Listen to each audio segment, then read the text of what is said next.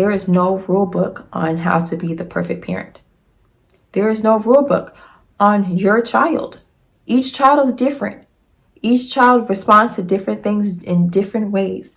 So you got to be patient with your own self, not just the kid, your own self. You won't break my soul.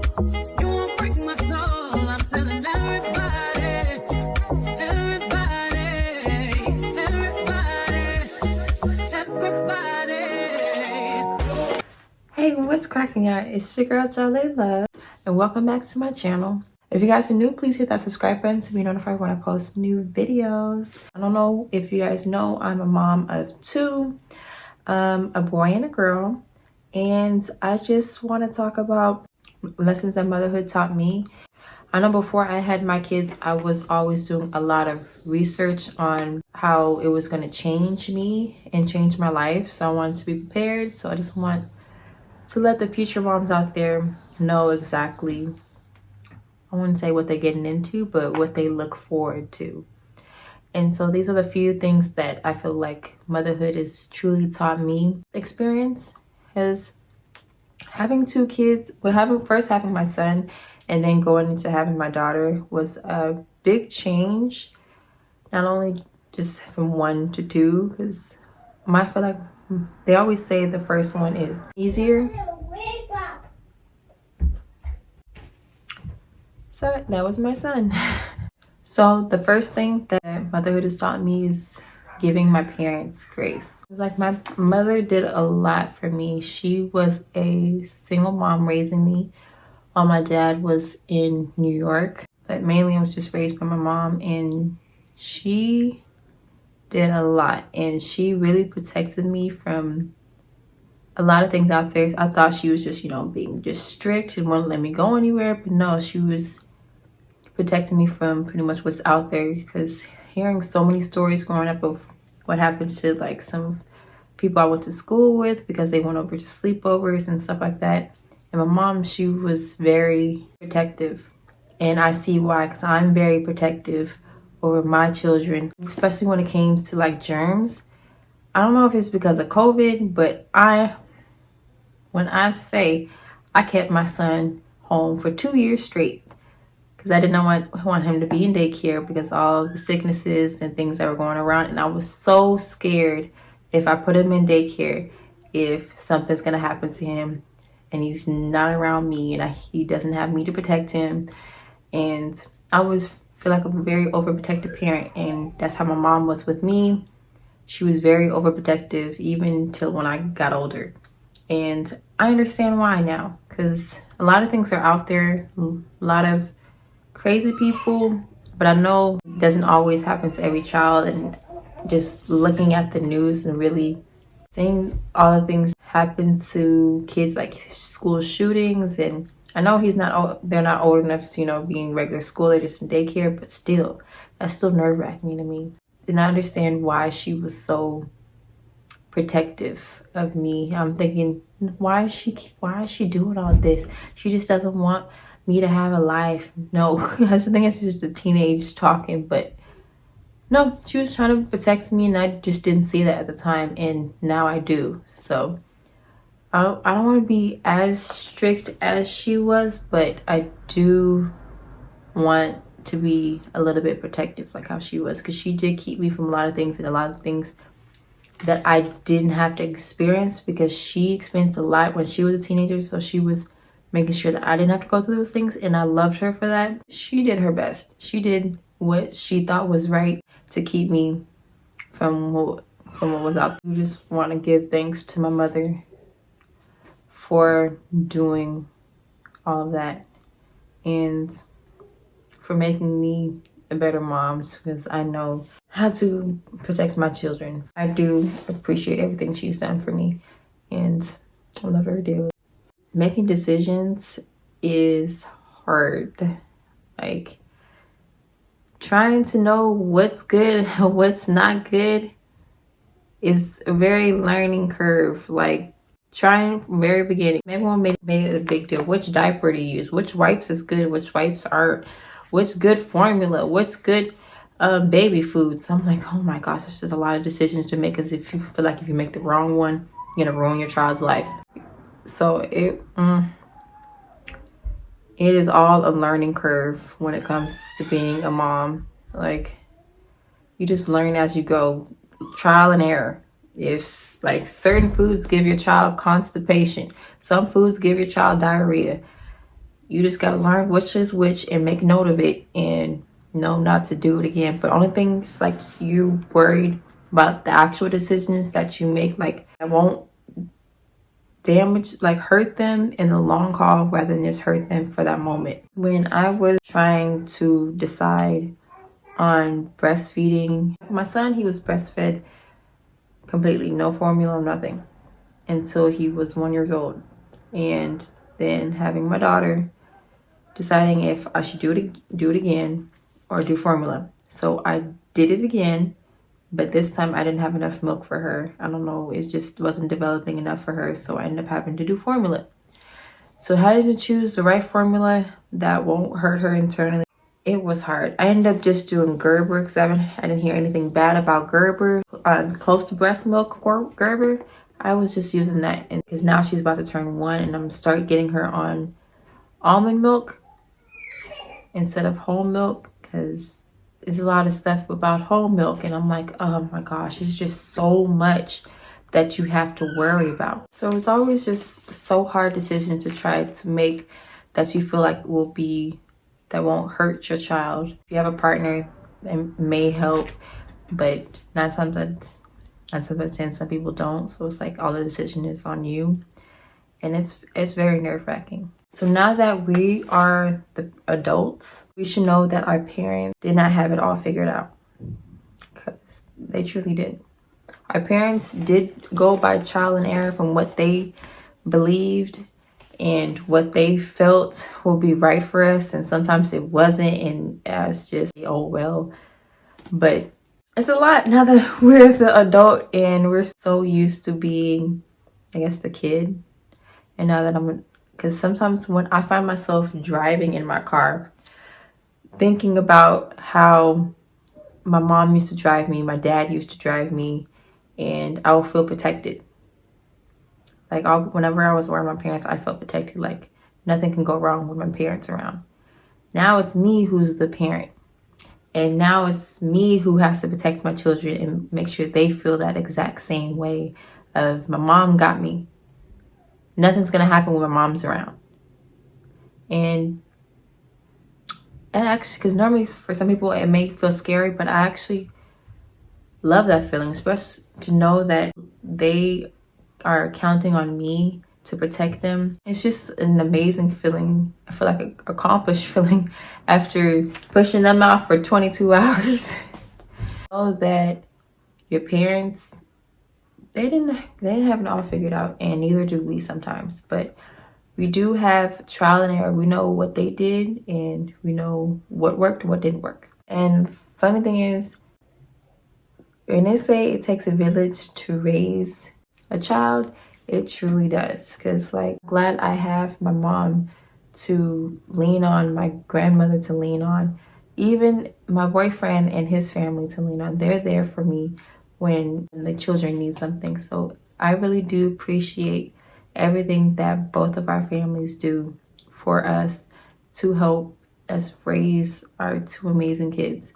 So I know this might be tough for especially those who don't have anyone, but those who don't have anyone can possibly relate to this. All of us would like a break at some point. It's not always needing a babysitter to watch your kids, but sometimes you just want a family member to just love on your kid. You just want a family member to actually want to spend time with their child. I'm okay with watching, being full-time mom, being, all they have. I mean, they have their father, of course, but mom 24/7. To have my family actually want to spend time with me, it's like call me up, like, hey, I'll come hang out with Rain and Iris while you go do whatever you need to do. I love that, because that means they want to actually spend time with them and not just because I'm asking them or begging them to watch them.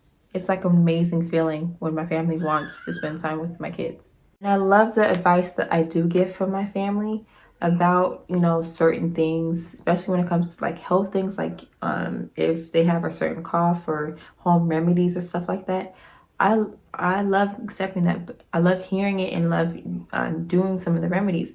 But you don't always have to listen to whatever your family saying or advice that they're giving you. You're the parent. You can choose if you want to do that or not. You don't feel like you have to do the advice that they are telling you. You raise your child the way you want to be raised. You don't have to go off of what they say. You can, like, thank you for the advice. I hear you. Thank you. I appreciate it. But no, I'm not going to do that. But say it in a nicer way, because I know it's your older relatives, say it in a very nice way. But you don't always have to accept their advice. I think the thing that annoys the older generation the most about the young generation is that we ask questions about everything. We're not the go with the flow generation. We literally question everything. Because I think our parents did what they could with what they had. Our generation is, we can, but we can have more generation. We see things that could have been done better in our childhood, and just with the previous generation to make necessary changes so those things don't happen again. Like, we're trying to be the curse breakers, not just with parenting, but with life in general. Like, a lot of us are going to therapy. We're starting to ask and have the serious conversations that everyone's afraid to have. The definition of insanity is doing something over and over and over again and expecting to get the same outcome. But with me, I'm starting to ask questions about everything. It's like, when it comes to my children, I need to know why. Like, why would I do that? Like, what is going to happen? Like, why is my number one? I have to ask, because when it comes to my children, I don't play. So I'm going to ask questions. You may say I'm a gentle parent. No, I'm a cautious parent. Because the things that the past generation was getting away with, now that they're older, they are the elders and they think everything, that they know everything. Yes, they may know everything, but those things may not be right. And just like with the old phrases, because I said so. Why you say so? Like, you need to explain to your child why you're telling them they can't do something, because they need to know. It depends on the age. I understand certain ages, you just got to say no, because they're not going to understand. Like, my son is 2. He's not going to understand right now. But he understands a little bit. So I do explain a little bit to him and to see if he understands. But if not, then I get it. But I will be explaining to my child why I say no for certain things. That's why I was oblivious about when my mother was keeping me away from certain things. Like, why can't I go out and hang out with my friends? Because she says no. I'm like, the parent is there, but in her mind, because in my mind right now would be, who's those parents? Where are you going? Whose house you staying at? Who's driving? Who's it? Sometimes the mom asks those questions. Sometimes she didn't. Sometimes she just said flat out and said no. Should always question the things you're told as an adult, not kids. When it comes to like discipline, I'm not about to yell at my son because he's crying, because there's always a reason why he's crying and he can't express those feelings. So for me to yell at him because he's crying doesn't make sense. And I know a lot of parents, are big on, popping their kids, telling them be quiet. Or I honestly think the parents who does those things because it was done to them, or because they see someone else doing it, or because they are embarrassed of their kid acting up in public. A lot of people feel to harshly discipline their child in public just because they don't want other people to stare or look at them crazy. And I get it. It's a normal feeling. It's a normal feeling to feel embarrassed, when your child is acting up. Like when I used to go out to eat, and my son would act up because we'd be sitting down waiting for a little bit till the food got there. He would just be throwing a fit, and I would have to give him my phone. Sometimes even that, he would still go a little stir crazy. And of course, people would stare and watch, but I still try to calm him down. I'll get up and probably walk him around till the food gets there and just try to distract him. But it got to a point where I stopped caring about how I was looking to other people and focus on what truly matters, my son. Because it's a normal thing for a 2-year-old to act a normal thing a 2-year-old would do, and to throw fits, to lose patience on just sitting in one spot for so long, because he's expressing his emotions, that he's restless. He doesn't want to either. Sometimes he's tired, or he's really hungry and the food is taking forever. There's many things of why he's acting up, and he just can't express those emotions yet. And so for me to try to discipline him because he's yelling or crying, try to discipline him when he doesn't know how to express his emotions, is really wrong for me to do. This is his developmentally appropriate for his age, because he doesn't know how to express his emotions. All he knows from birth is to cry when he wants something. So he doesn't know how to use his words yet. So for me to get mad at him or discipline him isn't right. So I'm not going to yell at him and stress myself out, because he's doing what a normal 2-year-old would do.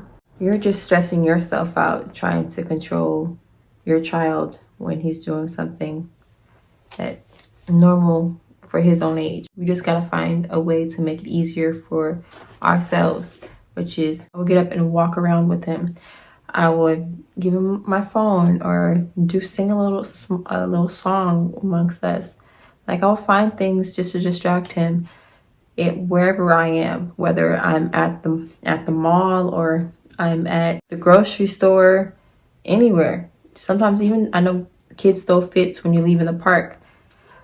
It's just something that they do to express themselves on, because they have emotions on what is going on in the situation that they're doing. You just have to find ways to make your life easier, stress-free.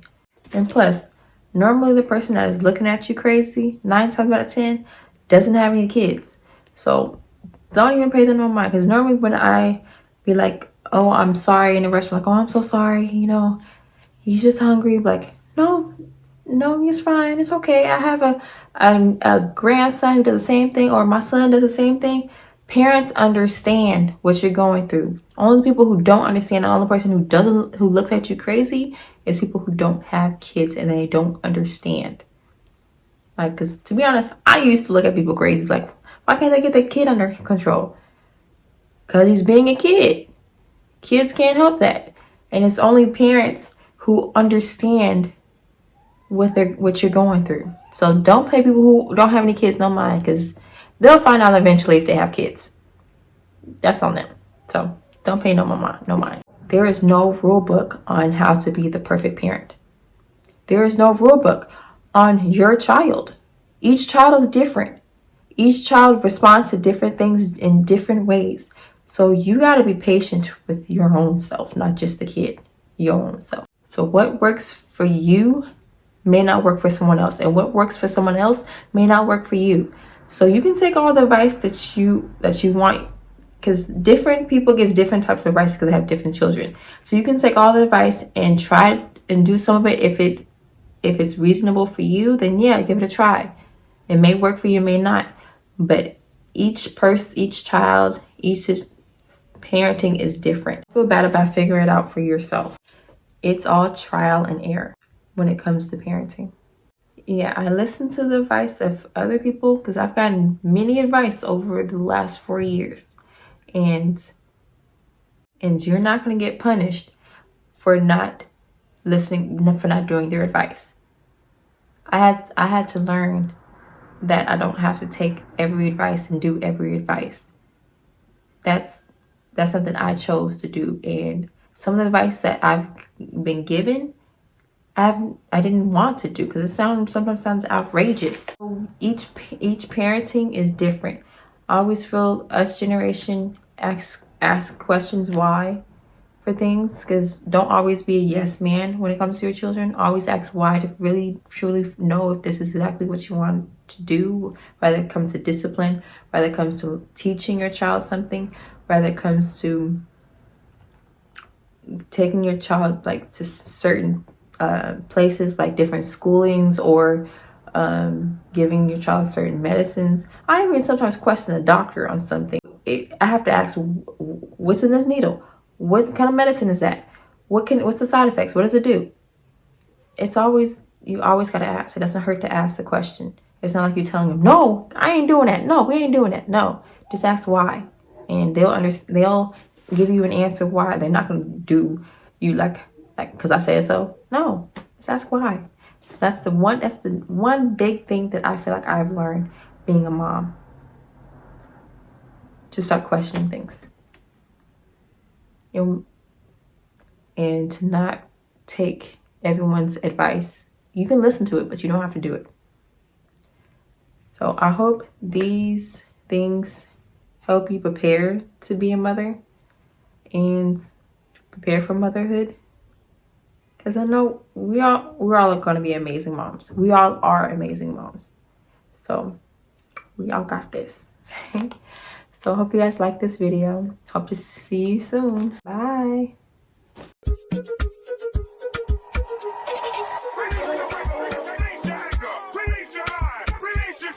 Release the stress, release the stress, release the love.